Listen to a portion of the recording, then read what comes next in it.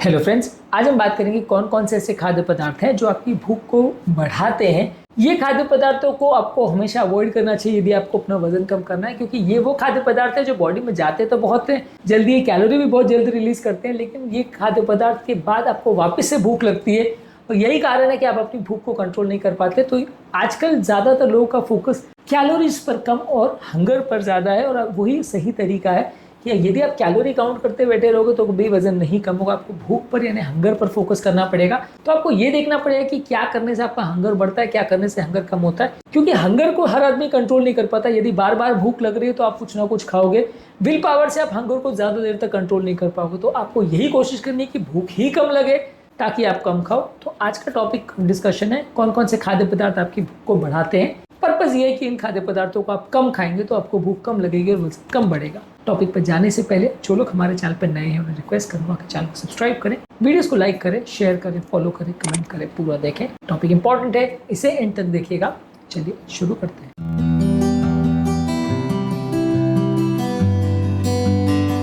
सबसे पहले, अगर आप मीठी चीज़ें बहुत ज़्यादा खाओगे, स्वीट्स बहुत ज़्यादा खाओगे, रिफाइंड शुगर ज़्यादा लोगे तो कैंडीज, पेस्ट्रीज, सोडा, केक्स, ये सारी चीज़ें ब्लड शुगर में शार्प स्पाइक करती है और शार्प ड्रॉप करती है, जिसकी वजह से ये खाने के बाद तुरंत आपको भूख लगती है।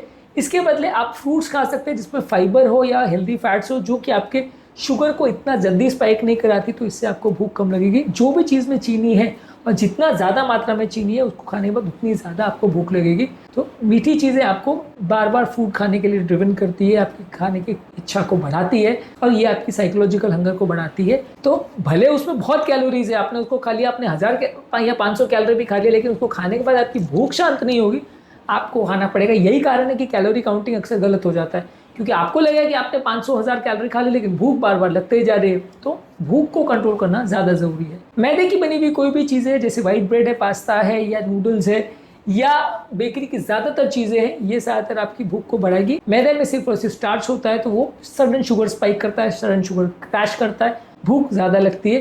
होल ग्रेन जैसे oats, barley, rice, whole wheat, quinoa, ये सारी चीज़ें लेते हैं तो ये धीरे धीरे करके डाइजेस्ट होती है, ज़्यादा देर तक आपके पेट को भरा हुआ होने का एहसास कराती है, तो आपको बार बार हंगर नहीं लगती है। तो यदि आप मैदे की बनी हुई कोई भी चीज़ खाओगे तो आपको भूख ज़्यादा लगेगी। अगर आपको भूख को कंट्रोल करना है तो मैदा बिल्कुल बंद करना पड़ेगा। शुगर वाले फूड प्रोडक्ट से ज़्यादा बुरे हैं शुगर वाले ड्रिंक्स, क्योंकि वो और जल्दी शुगर लेवल्स बढ़ाते हैं। शुगर वाले खाद्य पदार्थों में तो थोड़ा कुछ होगा जिसको बॉडी को डाइजेस्ट करने में टाइम लगेगा। ड्रिंक तो सीधे सीधे पेट के थ्रू रन कर जाता है और सारा खाली कैलोरीज अब्जॉर्ब हो जाती है, बाकी निकल जाता है। तो ये और ज़्यादा जल्दी शुगर लेवल्स रेज करता है। इवन 10 to 15 मिनट्स में आपका शुगर स्पाइक हो जाता है। फूड में आपका तो sugar spike may be 20-25 minutes के बाद होगा, इसमें तो 10 से 15 मिनट में ही हो जाता है या उससे भी जल्दी हो सकता है। जितना ज़्यादा उसमें ग्लूकोज है उतना जल्दी शुगर स्पाइक होगा, और जितना उसमें कम प्रोटीन है या कम फैट्स है उतना जल्दी शुगर स्पाइक होगा। तो ये शुगर स्पाइक की वजह से आपको बार बार भूख लगेगी। इसके बदले आप पानी ले सकते हैं, हर्बल टी ले सकते हैं और बिना मीठे किए बेवरेजेस ले सकते हैं अपने हाइड्रेशन के लिए।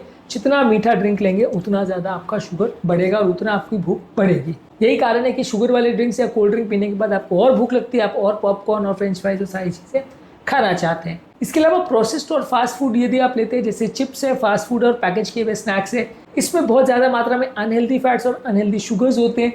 इसमें फाइबर और प्रोटीन बिल्कुल नहीं होता है, तो इसको खाने के बाद आपको बहुत ज़्यादा भूख लगती है। घर पे बने हुए खाने खाइए, होल चीज़ें ज़्यादा खाइए या नेचुरल चीज़ ज़्यादा खाइए, न्यूट्रिएंट डेंस फूड प्रोडक्ट ज़्यादा खाइए, ये खाने से आपको भूख कम लगेगी। प्रोसेस फूड जितना ज़्यादा खाएंगे, जंक फूड ज़्यादा खाएंगे, जितना फैक्ट्री की बनी हुई पैकेज किए हुए फूड प्रोडक्ट्स खाएंगे, तो उससे आपको भूख ज़्यादा लगेगी। जितना जिस चीज़ में तेल ज़्यादा होगा और ट्रांस फैट्स और सोडियम ज़्यादा होगा, उससे बॉडी में इन्फ्लेमेशन होगी, इससे ब्लड शुगर का रेगुलेशन सिस्टम गड़बड़ा जाता है, इससे भी भूख ज़्यादा लगती है।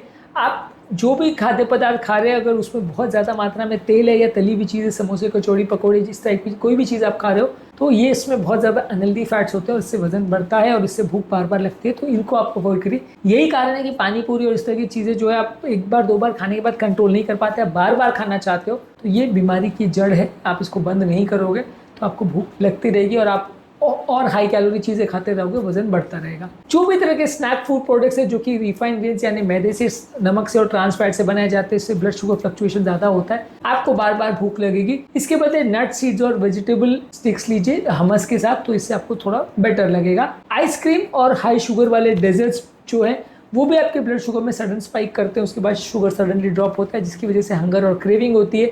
इसके बदले आप डार्क चॉकलेट ले या फ्रूट बेस्ड डेजर्ट्स ले, तो ज़्यादा अच्छा है। पर ये सब भी बहुत ज़्यादा मात्रा में नहीं लेना है।